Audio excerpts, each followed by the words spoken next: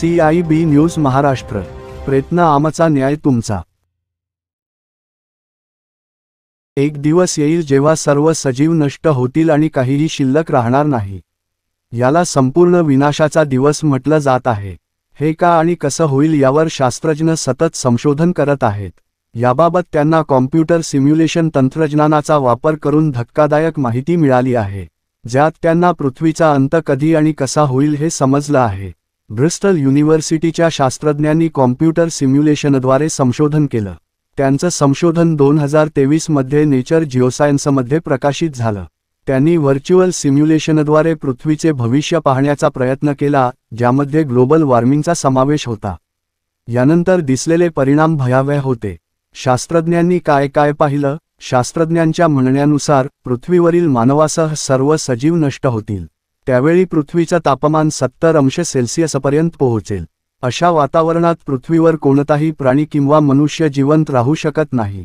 उष्णतेमुळे सर्व काही नष्ट होईल। आताच्या तुलनेत 40 अब्ज टन कार्बन डायऑक्साईड सोडलं जाईल, ज्यामुळे श्वास घेणं कठीण होईल। ऑक्सिजनच्या कमतरतेमुळे लोक वेदनांनी मरतील। इतर सजीवांच्या बाबतीतही असंच घडेल। एकाच वेळी मोठ्या संख्येने लोक मारले जातील। शास्त्रज्ञ म्हणतात की पृथ्वी प्रथम गरम होईल, नंतर कोरडी होईल आणि शेवटी निर्जन होईल।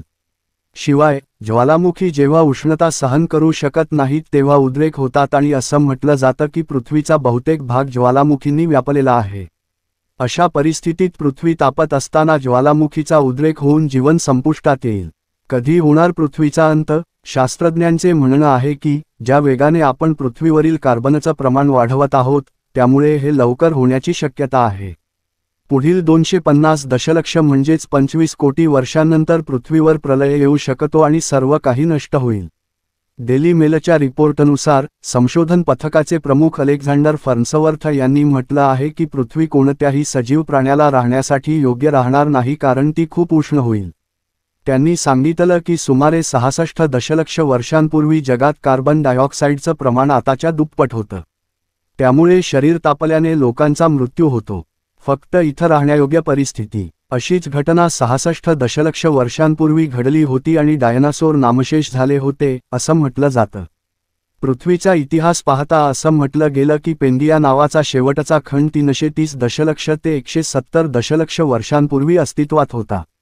आता 250 दशलक्ष वर्षांनंतर सर्व खंड विलीन होऊन महाखंड पॅन्जिया अल्टिमा तयार होतील। पॅन्गिया अल्टिमाच्या दक्षिणेकडील आणि उत्तरेकडील भागांच्या काठावर राहण्यायोग्य परिस्थिती टिकून राहण्याची शक्यता आहे।